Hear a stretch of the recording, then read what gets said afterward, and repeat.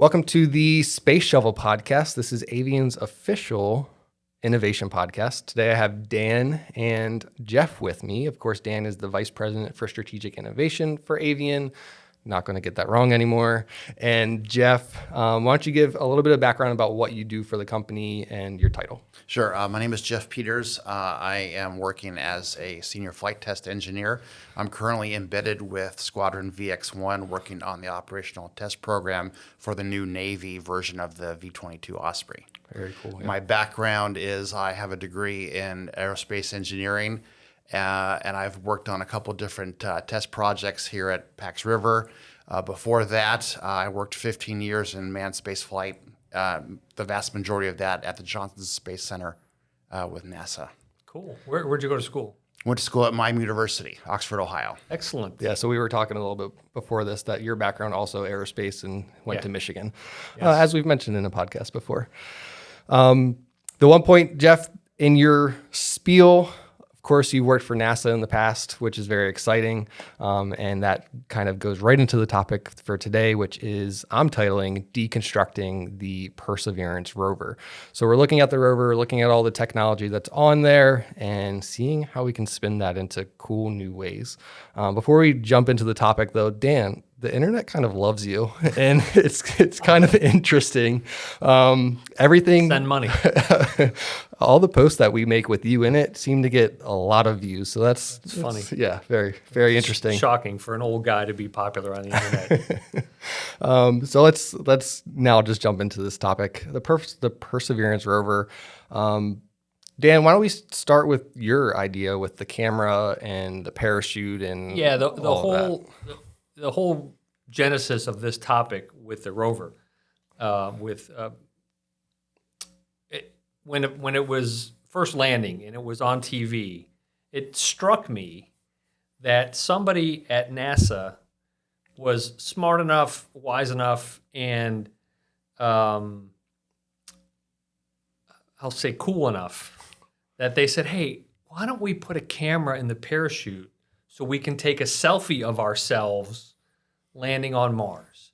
So with the vast complexity of all that came into getting the Perseverance from here to there and having it work with all the advanced technology, somebody said, hey, let's put a camera in the parachute so we can watch ourselves do this. And it just struck me as cool and weird and somebody with really forward thinking, because holy cow, that visual from the parachute of the machine landing on Mars real time, it was like a 90-second best commercial in the history of NASA for NASA. It was cool. So that started this whole thing. Then the other technologies, and here we are. Yeah. Well, I mean, for having been on a lot of these planning meetings and in the past. Don't burst my bubble, Jeff. No. Don't burst my bubble. No, what I'm going to say is a while back, I can promise you, some engineer asked the managers, let's put a camera on this. No, we can't do that. We don't have the weight. We don't have the space. And they've just kept on persevering. Yes.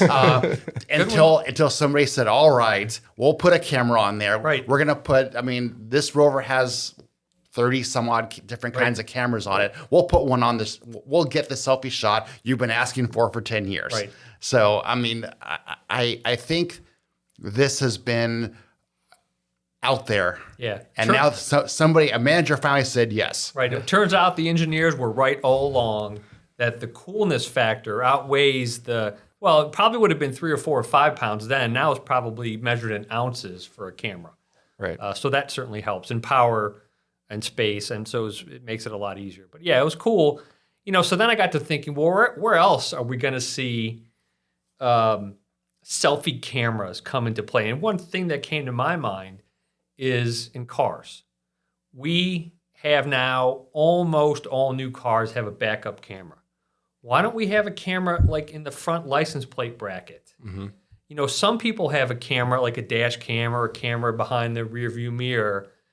There'll be a point in time where there's going to be a front-facing camera in every car that downloads into some memory chip that erases every week or something, so that there's always evidence of a traffic accident or if you hit a deer, hit and runs will be a thing of the past. I mean, there will be, it's a little 1984-ish, but there's going to be cameras in cars by the year 2025, I'll predict. Right. Every car has a camera. Yeah, and I drive a Jeep Wrangler. There are some Jeep Wrangler models that come with what they call a trail camera. So a lot of Jeep Wranglers that you take on trails are lifted. You want to be able to see the stuff that's in front of you. That's what this trail camera is for, so that you have the rear camera and the front-facing camera. You can see both sides. It'll be ubiquitous at some point. I think you're right. It makes sense, and it makes sense, like you're saying, to store that data for a week, a month, and then you can always go back if you are in an accident or something like that. Well, I mean, I also the Rover with all the miniaturization going on, especially with the helicopter, the Ingenuity helicopter. They're leveraging a lot of commercial off-the-shelf technology in terms of, especially from cell phones, and that while they're small and light enough, the rub is, are they going to be able to survive on Mars in the transit? And that's where instead of having to build and test stuff, they just grab off the shelf technology, and then they just test it in the environment it's going to be in. Whether it passes muster or not is where it determines if it goes to Mars or not. And so I was doing a little bit of reading, and what's the other? It's not a Rover. I think it's called like Ingenuity. That's the helicopter? Okay. Yeah. Oh, okay. Then there's something else I'm thinking of that is like testing seismic earthquakes on the surface. That's the previous probe that was sent there. It's not mobile. I forget the name of it, but it's not mobile. But they have this really long arm and with the sensor package that drills down. And so I think it's been on the surface for like 3, maybe going on 3 years, and it's encountered like something like 10,000 dust storms already. So I feel like they probably have a pretty good idea of what the weather's like, at least where that specific probe is on the surface, which is interesting. And they probably, you can probably tell me if I'm right or wrong, but they probably reproduced that environment on Earth. Yeah. Well, I mean, it's not just that. Having been there, I've seen some of these vacuum chambers. They're enormous. Yeah. And what they can do is they can suck out all the air, and then they can hit it with radiation, and then they can. It wouldn't surprise me if they even tested the helicopter and they suck out all the air so that it's a vacuum. Right. Then they put in the exact amount of how much they want to put in and see if it's even possible. Right. So because they can throw radiation at it and see if it'll survive and all that, but you don't really know until you're there. Yeah, and we're going on a slight tangent here, but I think it's okay. But the physics aspect of that comes into play, and you guys are both aerospace engineers, so you can probably talk to it more than I can. But like for a helicopter to have lift, there has to be air pressure underneath of the rotors. Is that? Well, the answer is yes. Generally, they're spinning faster than they would be spinning here on Earth, and they're not going as high with those RPMs. Would you agree that's how they're making it work? Well, absolutely. And I read some of the more dimensions. The rotors are 4 feet in diameter. Oh, wow. And the electronics box is the size of a tissue box. So it's very light, and the rotors are very big. Okay. But what's helping in this particular case is Mars only has 1/3 the gravity of Earth. Right. Unfortunately, Mars only has 1% of the atmosphere. Right. So what you need is have these rotors that are big enough and efficient enough to grab 1% of an atmosphere for it to even work in the first place. And I think that in itself is pretty amazing engineering thought and design and then construction. Yep. Yeah. So they're big and they're spinning fast, and there's not much gravity, and they're not lifting much. So, you could probably do the math. It's like a 33-to-1 ratio, I would guess, or something close to that. And I'm sure I know there are businesses here, as in on Earth, that are making these big drones that are probably similar in size, probably not similar in technology, but. Just imagine being able to lift massive things now with a drone. And I think that is kind of a path that we might be going down by figuring out using 1% of atmosphere and how to do that. There's certainly probably some efficiency gains in the rotor design, but I guess I didn't know, and that's a great point, Jeff, is if it's 1/3 the gravity, regular gravity here is, hard to overcome. Yeah. It's all about a weight balance. I mean, exactly weight and right. balance, and what do you trade away for something else? Yeah. So let's talk about, I have a visual. I can show you guys a visual of the Rover here. Let's talk about the oxygen mechanism that's on there. So Jeff, do you want to give a quick Right. overview of that? So it's kind of an old concept of going back to the old term of terraforming. I mean, how do you take an atmosphere that's not hospitable to humans and making it hospitable? Right.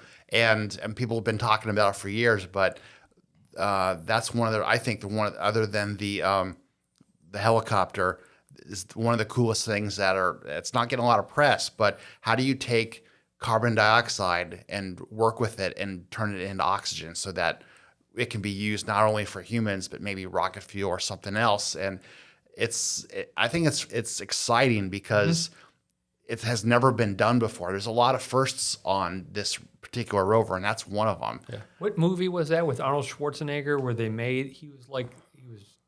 shoot, I can't remember it. He were on a planet and they had to be in a bubble, but then they made the atmosphere. That was Total Recall. Total I think. Recall. Yeah. That's exactly I what was it gonna was. say, you're looking at the wrong guy for that movie. Yeah. But it's a lot of the same kind of stuff. I mean, it's this little box that I'm sure a lot of it's proprietary, but can it be done? There's a lot of firsts with this particular rovers. Can it be done or not? Do you know, Jeff, when they're planning on trying that experiment? I read something in the press release that it was maybe in the next couple weeks. Okay, well, that would be cool if that works because, I mean, holy cow, think of the applications of that on this planet. If we can turn CO2 into oxygen, appropriately applied, you potentially have, a greenhouse gas transformation activity. When you buy your car, for example, they slap on the CO2 to O2 device, and you are able to be neutral. You now have a neutral carbon footprint, a CO2 footprint, as you sort of wander around. I don't know. So there's a lot of different applications that if this comes to be and they can make it work and then shrinkify it and cheapify it like we're able to do with most things, you have a real possibility here. Yeah. I mean, even so, CO2 is, I'm not a scientist. CO2 is the kind of aftermath of our breathing, right? So think about like we're grabbing, and I assume there's a certain amount of CO2 in the air that we breathe too. Is that okay? Think about just like these, now we have buildings that are sucking in air, basically pulling out the CO2 and pushing out just oxygen only. So now we're battling basically pollution at that point. Right. Where, like you're saying, we could also neutralize it by just slapping devices on cars, or It can be like a new kind of catalytic converter. I Right. mean, Exactly. You can throw it into factories instead of Yeah. emitting that they're emitting oxygen. I mean, and who says it has to be contained just to oxygen? It can be maybe even any kind of gas you want. Right. Maybe you can turn it into helium, and then you can go use the commercial applications to helium. Right. Of course, I'm sure that's probably a whole nother element. So Right. Well, and CO2 to oxygen, right, is one of the main things that trees are the benefits to trees. Yep. All right. So if you're a paper company or a box company, for every tree you chop down, you got to buy 3 of these things and set them up in a field somewhere. I don't know. Yeah. I think. All right. Well, let's hope it works. yes, Right. absolutely. And then we can patent that idea, and AVIAN is now in the CO2 to oxygen business. Yeah, count me in as a partial company owner with everybody else here and part of the ESOP. I'm in on making a $10 billion. Hey, Space Shuttle watchers, thank you for taking the time to watch this video. If you have an extra second, hit that like button, hit the subscribe button. Stay up to date on the Work Awesome Network, on everything that's going on. If you want to learn more about the company behind the Work Awesome Network and behind the Space Shuttle podcast, jump over to avian.com, AVIAN.com, to learn about the company, to learn about the work that we do, and just to get a little bit more background information on the type of company that we are. Again, thank you for taking the time to watch this video. If you want to stay up to date on everything going on in the Work Awesome Network, please jump over to any social media site that you consume content on: Facebook, Instagram, LinkedIn. We're basically on all of them under Work Awesome Network. That's the place to get the latest updates, the latest blog posts, the latest information on everything going on Work Awesome related. Now back to this episode. So you said, there was like 30 plus cameras on the Rover itself. There's subsurface radar, there's zoomable panoramic cameras, there's laser micro imagery, there's a weather station. What other points do you guys want to hit on here? I like you said, Ian, there's a lot of different kind of cameras. This rover is primarily dedicated to search for life, either current or traces from long ago. And that's the whole reason why they're in this particular spot on the planet. But they're taking core samples and hitting it with different kind of laser light and doing spectrometry on it, and they're using different cameras to detect trace elements. Another really cool thing is they are actually taking samples, packaging them up, and dropping them in grabbable capsules for a return sample with I think the next 10 years. Oh, that's So cool. we'll have the first samples of Martian soil back on Earth. And this is the first rover that's been able to get something ready to go, package it, and say, okay, here it is. Come get it when you're ready. Right. Yeah. That's interesting. So I wonder, are they, and I'm sure somebody knows the answer, are they planning for another rover to come and get those, or are they planning for the first humans on Mars? I think they're planning for another rover to go do that. That is all it really has to do is land, grab the sample, because it has to have an ascent stage with a whole new fuel system, guidance and everything to come back. Yeah. That's going to be a pretty big deal in and of itself. Right.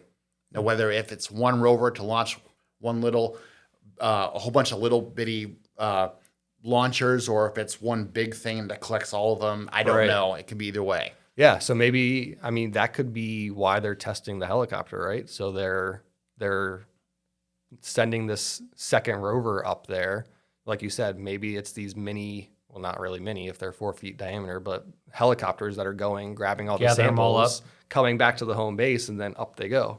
Yeah, and or you can use a drone for a future rover to go do recon and say, because right now all the recon that's done in Mars is done from orbit. Mm-hmm. So what you really have to do, if you can get a scientific platform much closer to the surface, and you can do aerial recon, and you can get a much better picture, and maybe you can get smarter on where you send. Where you want to land. That's right. Yeah. So I read a little something about, for this one specifically, they were much more targeted and much more accurate in where they landed. But I didn't read how they did that. Do you have any, Jeff? Do you know how they did it? I read something about it, is that they, with all the orbiters we've been sending to Mars lately, they've had a pretty good map on what they did. And so I think what they did is during the descent, they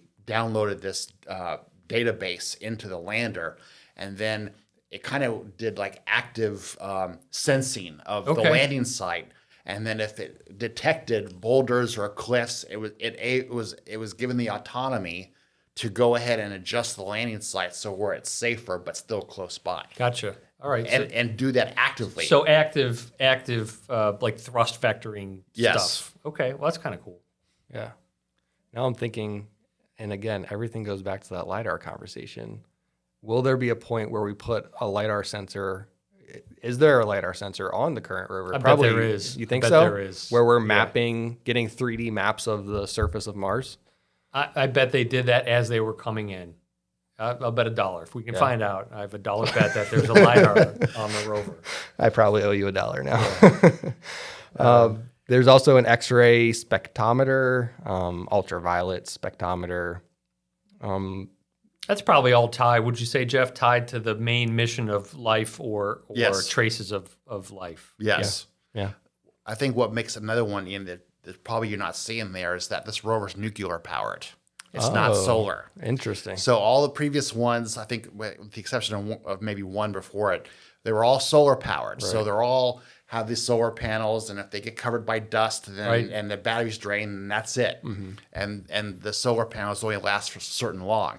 Well, this one is nuclear powered. It has a radioisotope decay device that generates heat, and then that heat is converted into electricity. So as long as that plutonium decay happens inside this device, it generates heat, you're going to have electricity. You don't have to worry about having solar for your power. That's cool. Is there a projected life for that? The last one was an Opportunity. That one was landed over. It was like 9 years ago, I thought. Yeah, wasn't it's it? still going strong. Yeah. It has about a 10, 15 year lifespan out of it. I was going to say, I think they're expecting 20 to 30 years out of this, but they normally go longer. So it could be up there for. Well, in 30 years, there'll be somebody there who can just take a picture of it. Right. Like walk up with their cell phone and take a picture of it. Yeah.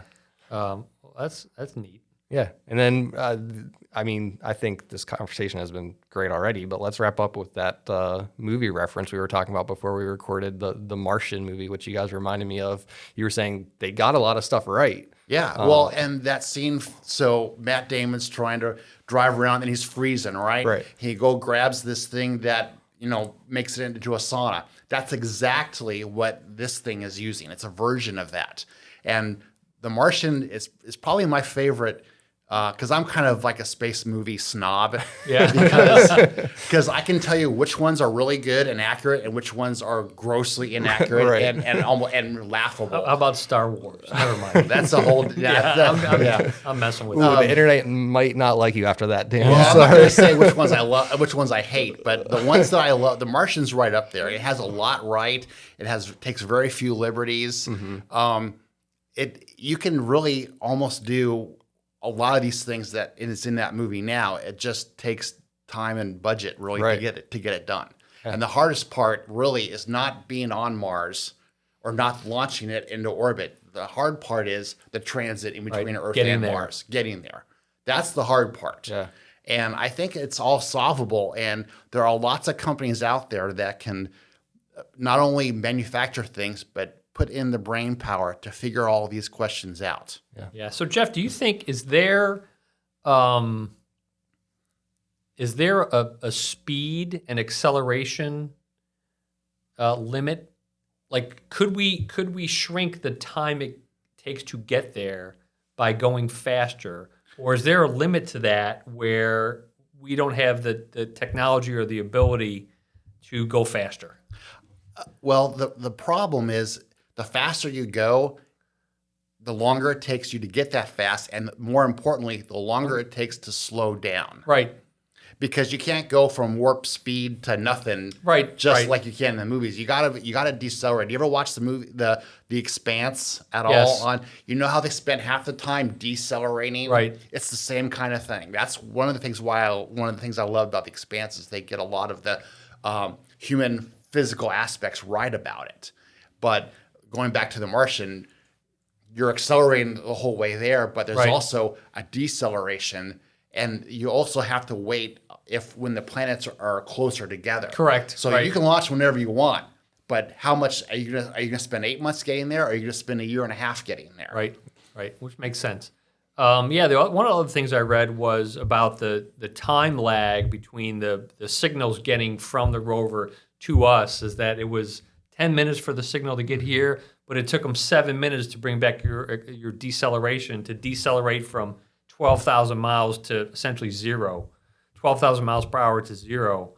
So it was, kind of like cross your fingers and hope when those. Right, because it's while already that's finished happening. by the time Right. we're receiving Right. the information. Yeah. It's and that's what another thing about how the Ingenuity helicopter works. It's all autonomous. Right. They're not sitting there with a joystick flying Right. it. They're saying, okay, whenever you meet all these specifications, just go for it. And this is what we want you to do. You rover and helicopter are gonna figure out how it's done on your own.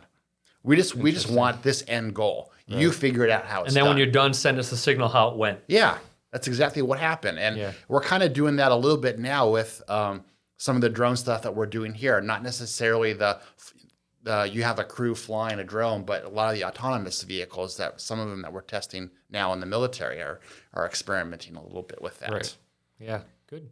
Yeah, and I don't think it's a 7-minute delay, but maybe 7 second, maybe more than that. Well, for if you're here, flying, yeah. for here, it's almost immediate because Right.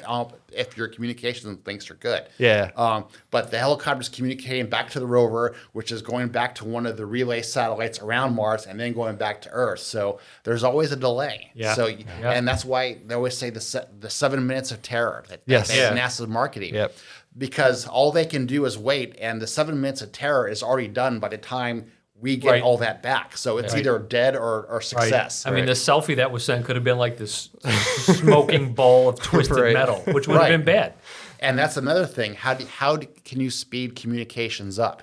Maybe that's done by technology. Yeah. You got to figure out a system, an engineer a system to figure out how to make it work, and then also you got to build it.